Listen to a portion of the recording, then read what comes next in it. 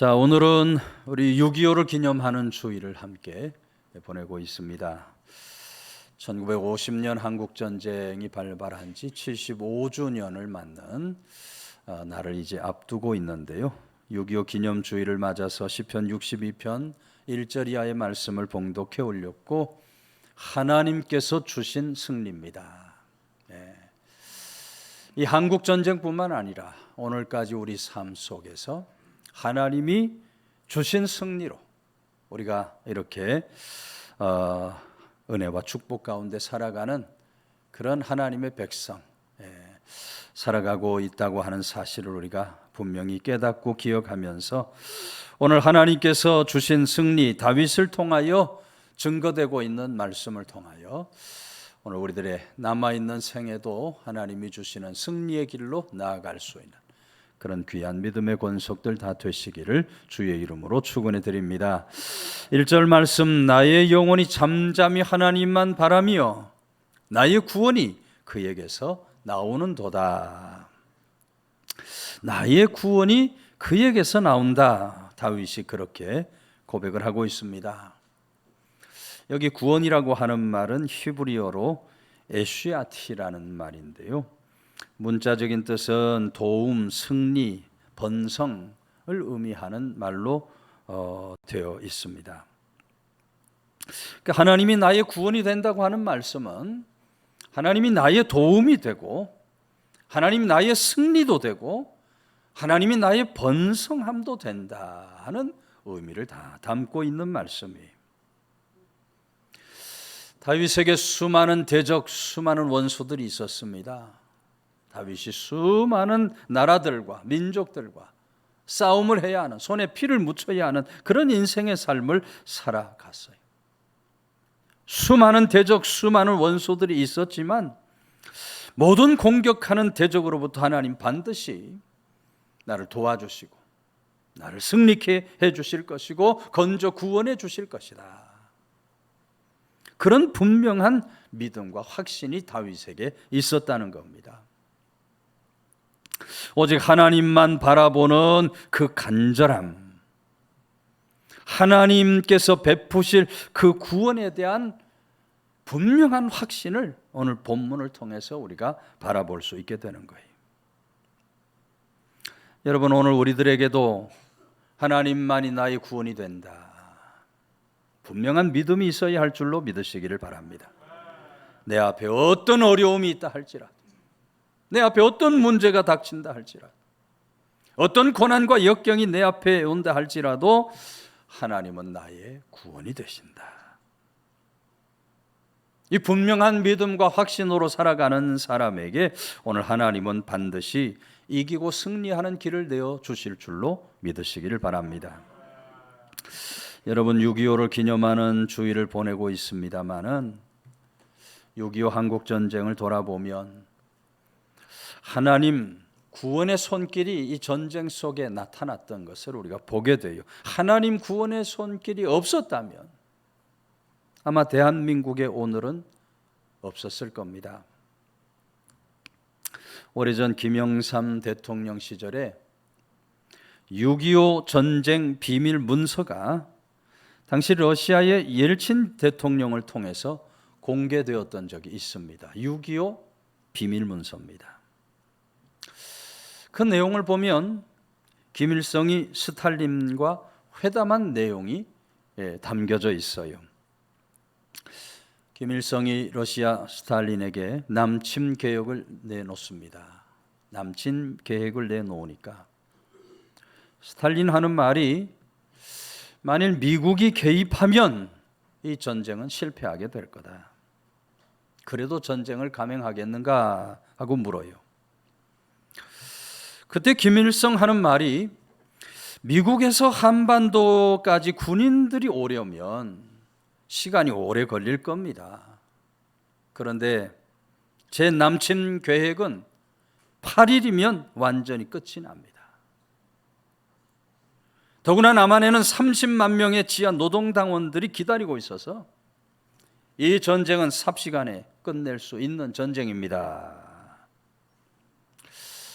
그래서 스탈린이 승낙을 해준 겁니다. 그렇게 빨리 전쟁을 끝낼 수 있다면 해도 좋다. 그래서 6.25 전쟁이 터지게 됐다는 거예요. 그리고 실제로 하나님의 역사가 있지 않았다면 이 나라는 그렇게 참담히 무너지고 말았을 겁니다.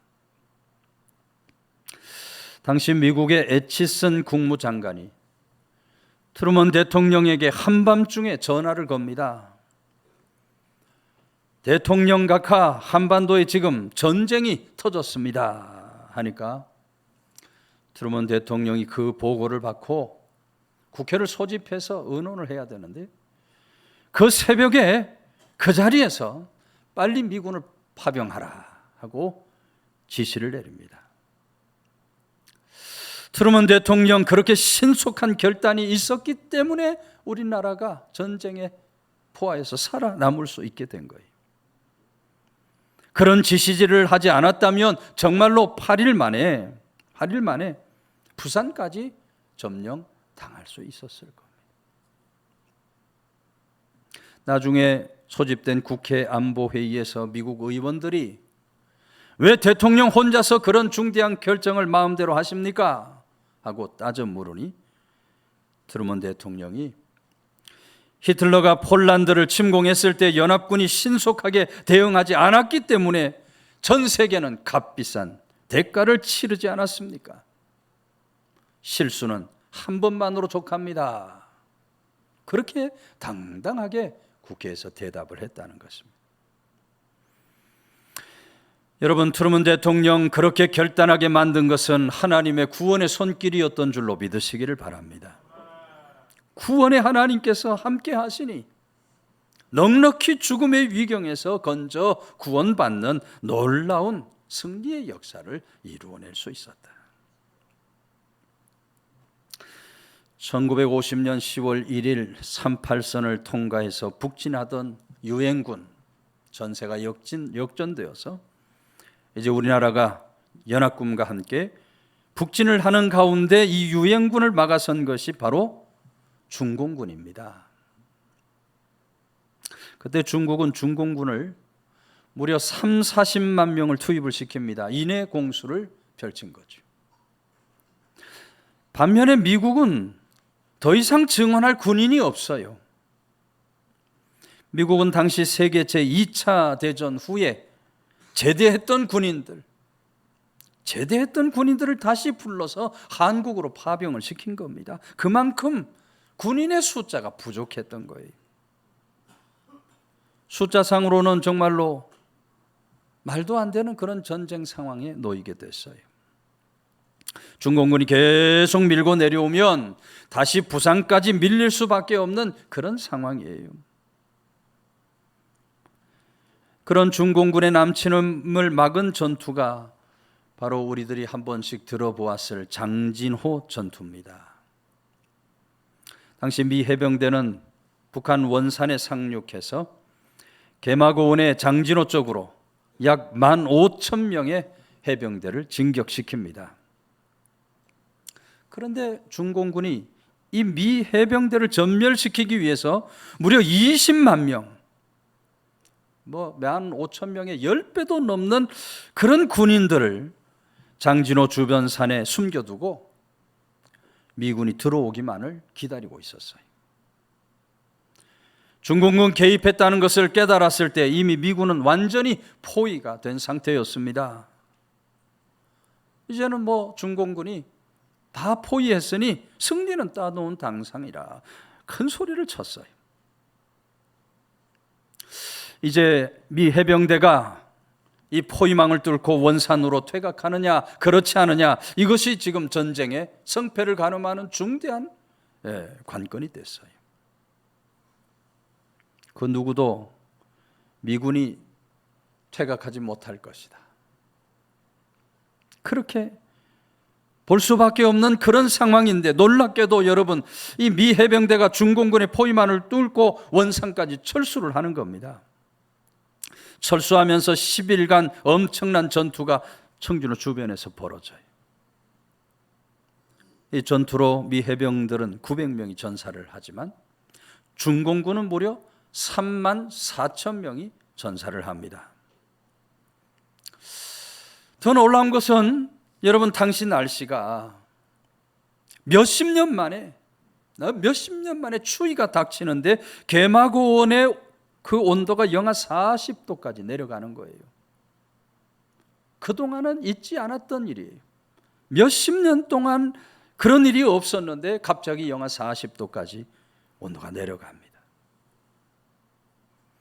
미군 동상으로 부상당한 병사들이 많아도 다행히 얼어 죽은 병사가 하나도 없어요.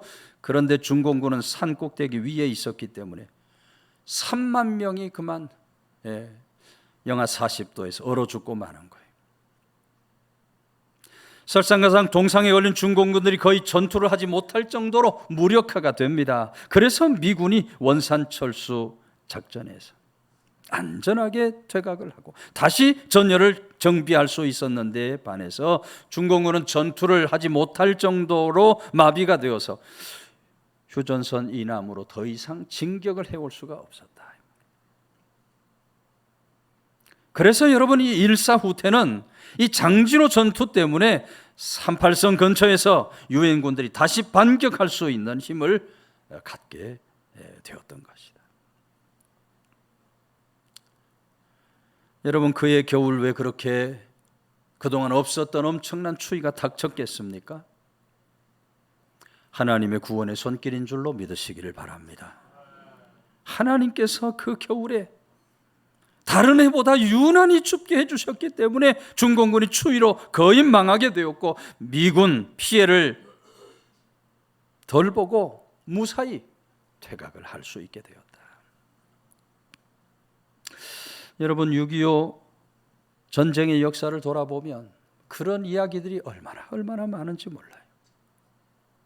이 전쟁의 순간순간 구원해 주시는 하나님의 역사가 있었기 때문에 대한민국이 이 전쟁에서 그런 놀라운 승리를 거두어낼 수 있었다.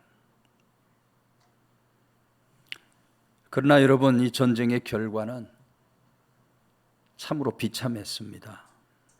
6.25 전쟁으로 대한민국 전 국토가 완전히 잿더미로 변합니다. 1,000만 명 이상 이산 가족이 생겨나고요. 남편이 잃은 미망인이 30만 명, 전쟁 고아가 10만 명입니다. 양평 군민만한 전쟁 고아가 생깁니다.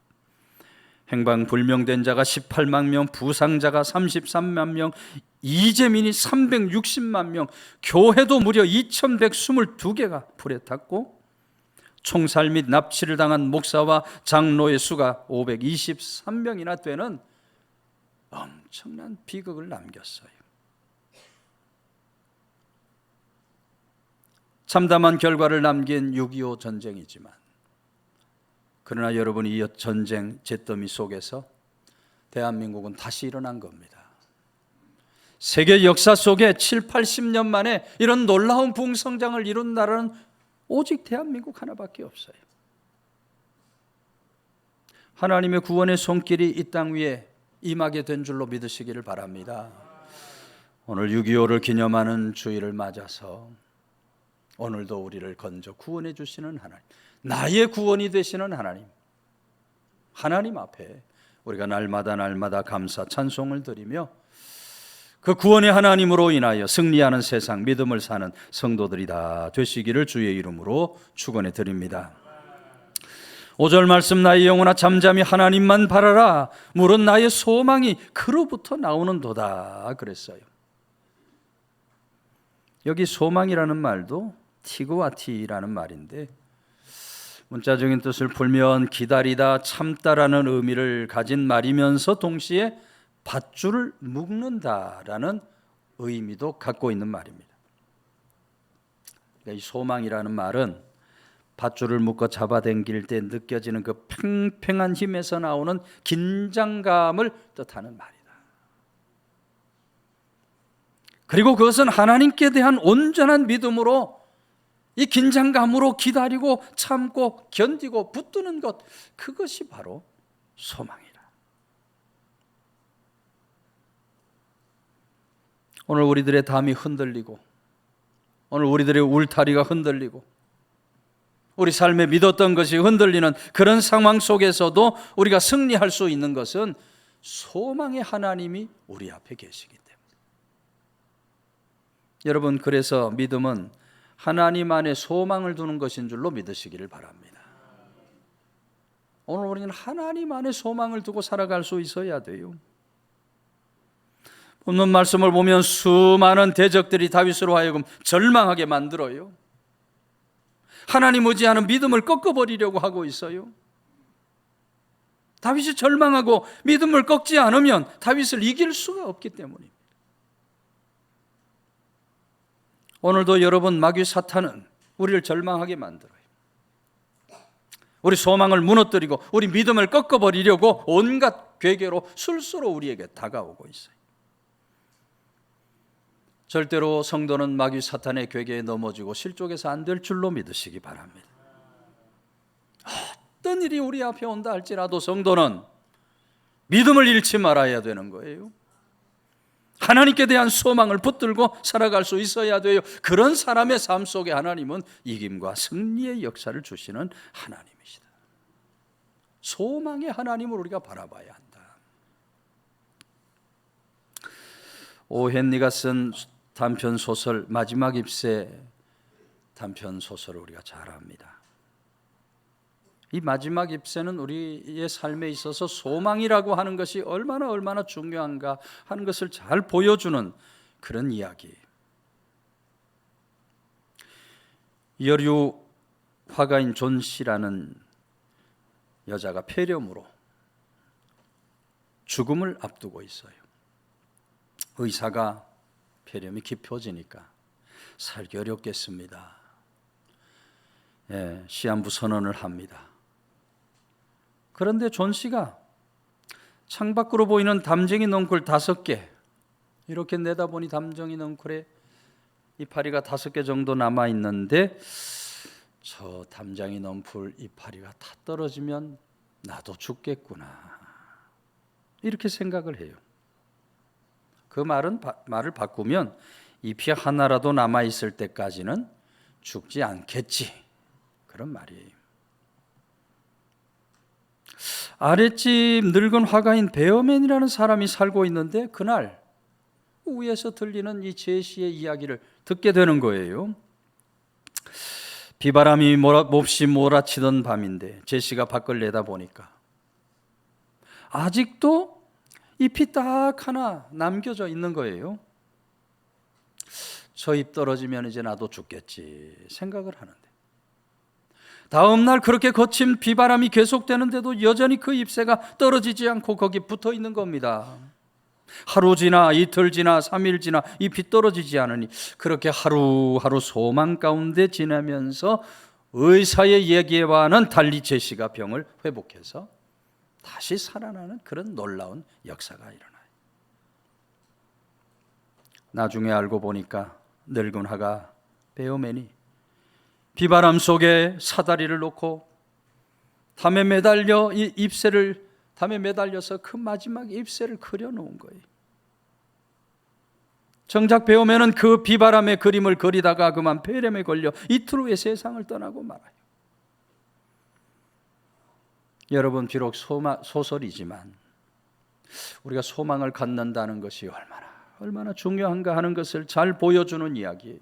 동시에 여러분, 이 단편은 늙은 화가의 희생으로 제시가 살아난 것처럼 오늘 우리 주 예수 그리스도 십자가 희생으로 우리가 영생의 소망을 지니게 되었다고 하는 사실도 잘 보여주는 이야기가 아닐 수 없어요. 여러분, 오늘 우리에게 천국 영생의 소망이 있다면 어떤 고난, 어떤 역경도 넉넉히 이겨내게 될 줄로 믿으시기를 바랍니다.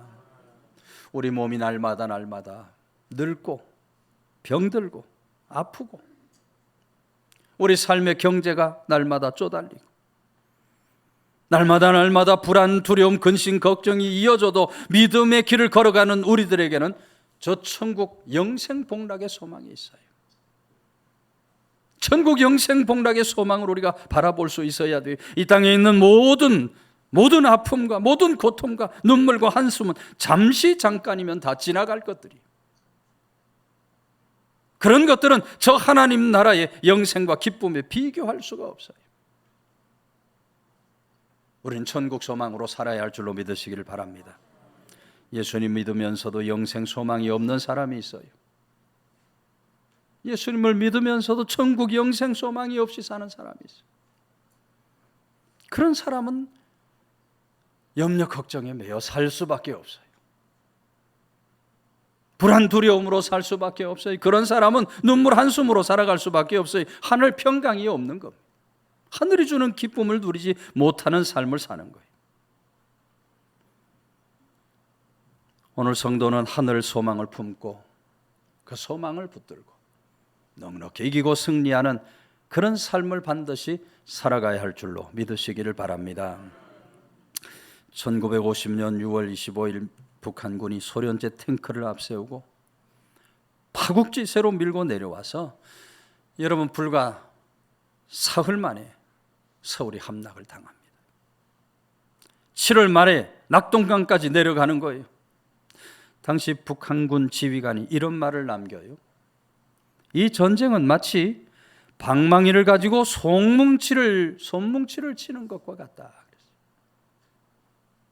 우리나라는 손뭉치처럼 방어 준비가 전혀 안 돼 있어요. 방망이로 손뭉치를 치는 것 같은 그런 전쟁이라 이 말이에요. 그래서 북한이 전쟁에서 쉽게 승리를 하고 이 전쟁을 끝낼 줄로 생각을 했습니다. 함석헌 교수가 쓴 뜻으로 본 조선 역사 책에서 그때 일을 이렇게 수례를 합니다. 어찌하여 북한군이 그 큰 세력으로 낙동강을 넘지 못하였는지 의문지사 중 의문지사다. 그 막강한 군대로 어떻게 낙동강을 건너지 못했는지 이해할 수가 없다. 그러나 여러분, 오늘 우리들은 그 해답을 너무나 잘 알고 있습니다. 전쟁은 하나님께 속한 것이기 때문인 줄로 믿으시기를 바랍니다. 당시 대통령이었던 이승만 장로님이 최후의 전략을 논의하는 가운데 부산까지 피난 내려온 목사님들 부산 해운대로 불러서 기도 부탁을 해요. 목사님들, 대한민국은 이제 풍전등화와 같습니다. 지금은 장마철로 비가 많이 올 때입니다. 그러나 비가 오지 않아야 비행기가 떠서 낙동강 저 북한군 진지를 폭격할 수 있습니다. 장마가 되면 비행기가 뜨지 못하므로 북한군이 낙동강을 건너게 될 것입니다. 지금 이때 우리가 의지하고 소망할 분은 오직 하나님밖에 없으니 하나님께 기도해 주십시오. 대통령이 간곡히 부탁해요. 그 자리에 모인 목사님들과 성도님들이 일주일 동안을 금식하면서 철야를 하면서 하나님 앞에 간절한 기도를 드려요. 장마철이지만 비를 내려 주지 마시옵소서. 여러분, 그 기도의 결과로 장마철인데 날씨가 맑은 겁니다. 비행기가 매일매일 떠서 낙동강 유역 북한군 진지를 융단 폭격할 수 있었어요. 그로 인해서 북한군이 전의를 상실했고 주력부대가 풍비박산이 되고 동시에 인천 상륙작전 감행 성공할 수가 있게 되었다. 하나님께 소망을 두니 하나님께서 승리의 역사를 주신 줄로 믿으시기를 바랍니다. 이승만 대통령도 부산에 모여있던 목사님들도 모든 성도들도 소망의 하나님을 바라보니까 이 전쟁에서 넉넉히 이기고 승리하는 역사가 일어났다. 하나님을 나의 소망으로 삼아야 할 줄로 믿으시기를 바랍니다. 오늘 나 자신도 하나님이 나의 소망입니다. 우리 가정도 하나님이 나의 소망입니다. 이 나라, 이 민족도 하나님이 나라 민족의 소망입니다. 하나님을 바라보고 의지하고 소망하며 주신 세상 믿음을 이기고 승리하며 사는 성도들이 다 되시기를 주의 이름으로 축원해 드립니다.